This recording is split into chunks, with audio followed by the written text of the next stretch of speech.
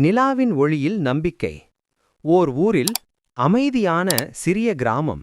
பச்சை நெற்பயிர்கள், காற்றில் ஆடும் தென்னை மரங்கள், காலையில் குயில்களின் குரல். அங்கேதான் முத்து என்ற இளைஞன் வாழ்ந்தான். அவன் தன் வயல்வெளியில் கடுமையாக உழைத்து தாய்க்கு மருந்து வாங்க வேண்டும் என்ற ஆசையுடன் தினமும் வியர்வை சிந்தினான். அவனது அம்மா வயதானவர், உடல் நலம் சரியில்லை. ஏழ்மையின் காரணமாக மருத்துவம் சரியாக கிடைக்கவில்லை. ஆனால் முத்து ஒரு நாளும் நம்பிக்கை இழக்கவில்லை. ஒரு இரவு நில ஒளியில் ஏரிக்கரையில் தனியாக அமர்ந்திருந்த முத்துவை வெள்ளை சேலை போர்த்திய ஒரு மர்மமான மூதாட்டி பார்த்தாள். அவள் மெதுவாக புன்னகைத்தாள். முத்து, நிலா எப்போதும் இருளுக்குப் பிறகு வரும்.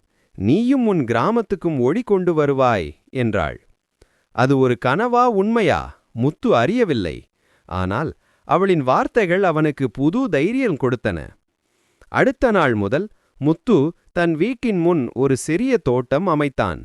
நெற்பயிருடன் காய்கறி விதைகளும் போட்டான். கிராம மக்கள் அவனை பார்த்து ஊக்கமடைந்தனர். சில நாட்களில் முழு கிராமமும் சேர்ந்து பெரிய தோட்டம் ஒன்றை உருவாக்கினர். மழை பெய்தது. நீண்ட நாள் வறட்சிக்குப் பின் கிராமம் பசுமையுடன் மீண்டும் உயிர் பெற்றது. மக்கள் மகிழ்ச்சியுடன் வாழத் தொடங்கினர். முத்துவின் அம்மா மெதுவாக குணமடைந்தார். அவன் புன்னகையுடன் நிலவை கண்டான்.